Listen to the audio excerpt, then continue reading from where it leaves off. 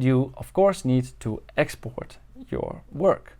So let's look at the export options, composition settings, what you need for this, and the export into a sequence.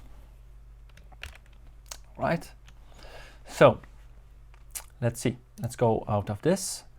Let's go back into a character tutorial. Let's put off this one and only that one on. So let's say we want this one, and we maybe even want it enough in Premiere to work further on with sound and everything. Then it would be great if we do not have a background. We don't. So this we can toggle the gravity grid, the transparency grid, this one. And so we don't. It's nice. And so let's export this. So we press Ctrl M. That's going into the composition render. And we already, actually, if we go back to character tutorial, we already set the working area. So that's a render region, what's going to be rendered. So let's go to the render queue again.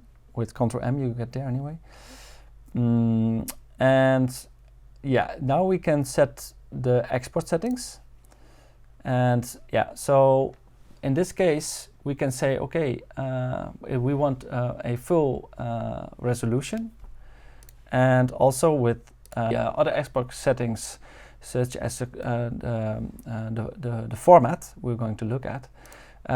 Now it would be nice to have a sequence. If you go to Unity or into Premiere, it would be nice to have a picture sequence or an image sequence, or an uncompressed format. In this case, it's nice if you want to load this also into Unity, for example, a PNG or a Targa sequence. So PNG and Targa, they both have alpha channel. Targa is more uncompressed, but PNG will do fine. And we can say RGB and alpha for the alpha channel, for the transparency. And well, then hit OK. Then have a certain file name to it. Well, it says this now. It's got these are the numbers I put in. Let's see what it does. Let's render it.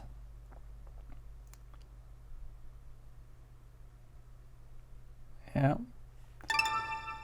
Makes a nice sound. And then we can see in our character tutorial, we can see we have this now. And we can load this in as a image sequence in Premiere, for example, or even in this program again.